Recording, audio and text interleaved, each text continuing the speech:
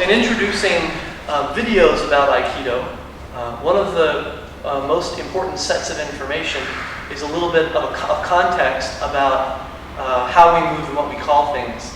In general, the Japanese names for techniques fall into two categories. There are numbers, which are arbitrary, the first technique, the second technique, the third technique. And then there are names, which are almost all descriptive. Whereas in a lot of Chinese martial arts, something will be named Crouching Willow or something like that.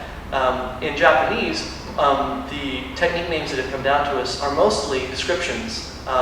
One hand grabs the wrist on the right side, that sort of thing.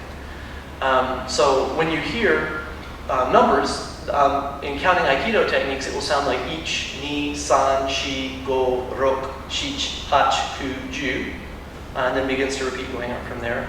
And the names of the attacks are things like katatedori, which is one hand grabs one wrist on one side, or katadori, one hand grabs one shoulder on one side, or shomen, uchi, meaning front strike, shomen, just like the picture and the calligraphy you saw me standing in front of before is the shomen, the front of the dojo. Uchi being strike, so shomen uchi is a strike to the front of the head. Yokomen uchi is a strike to the side of the head. It comes straight up and then comes to something like an angle, kind of like a curveball in baseball. It looks like it's going to be this way, but then it goes that way. And there are all these names that are descriptive, basically. The base of Aikido, since it is a jujitsu, probably most closely aligned to Daito Ryu Jiu-Jitsu, but also to Shinto Yoshin Ryu Jiu-Jitsu, is the keeping of one's balance and the structure of one's body, and then moving that structure without losing one's balance. So some of the basic principles are shisei, which refers to posture, kuzushi, which is taking someone's balance, and aiki, or blending. Blending is also awase. But what we're going to start with is what draws a lot of people to the art, which is the keeping of balance, literally meant, not necessarily emotionally in this regard.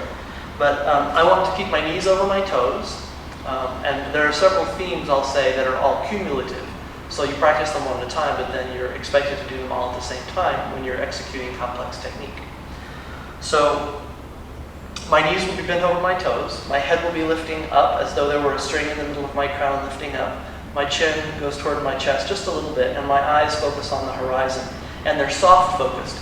Now I'm looking directly at the camera. Now I'm soft focused to take in as much information as I can, so I see information, not a particular thing. So knees bent over toes, head lifting up, chin down, eyes at the horizon, soft focused. Then I pay attention to my breathing. I want to breathe generously so that my body gets the message that all is well, and my mind is oxygenated.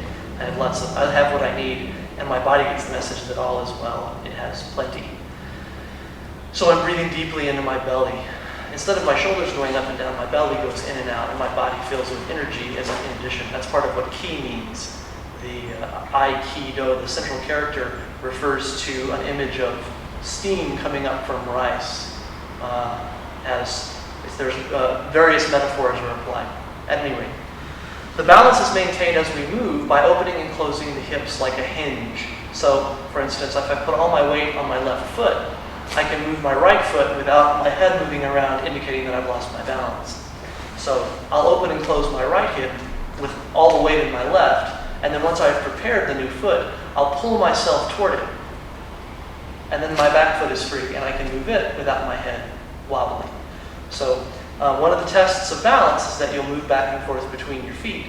And when you shuttle, you'll float a foot to check and see if really you have your balance. If your feet are too widely spaced, when you go forward, your head will have to tip for you to be able to lift your foot. And unless you're doing it on purpose, that's probably a balance loss. So we open and close our hips like hinges. And then when we move, we do so in very specific ways. And there are lots of ways to move, but these are some basic ones. We call them tai sabaki, which roughly means body management. A pivot, for instance, would leave my weight in my back foot. I'd close my front hip. I'd place it where I want it. And then I take the knee, take it over the toe as I invest that side with weight. And by doing so, it changes my orientation. I then open my other hip, and I'm facing the opposite direction. So I pivoted.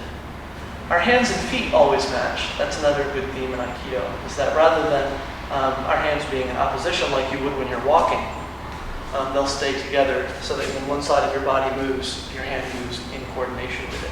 So a pivot ends up looking like this. A moving pivot is as an entrance, you're going into something, and so the word used to refer to it is irimi, which means entering.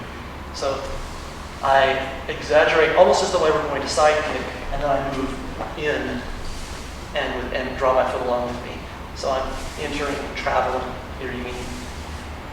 Another basic movement is called tenkan, which means body turning.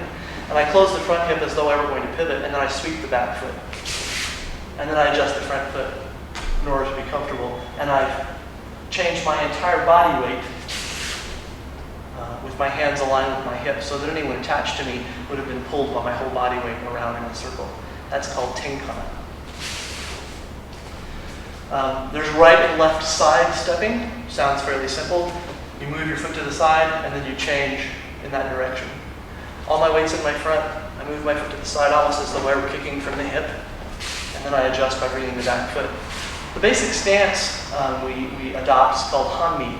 It means basically half body, whereas a horse stance, for instance, from karate is square, and you're delivering your power in that way. Aikido stands as though we were afraid of being shot with an arrow or struck by something. So instead of being square, I am on the angle a lot, as though my back foot with the back of a triangle, and the point comes in front of my foot, in front. So let's see, we've done sidestepping, we've done pivoting, we've done irimi, which is the traveling pivot, we've done tenkan, which closes the front and sweeps the back. Two steps are also important. If you leave your front foot so you don't telegraph your movement and you close your back hip across you, and then invest the front knee with weight, which turns you in the same way that you would punch, you've then completed a closed two-step. I don't allow my partner to know that I'm going to move by opening or changing anything. I just close and turn. And I've turned on a dime, so to speak. And then an open two-step allows you to take more space. You open the front hip and the front knee and the front toe, and then you take your hands and feet, again, remain parallel. Closed two-step, open two-step.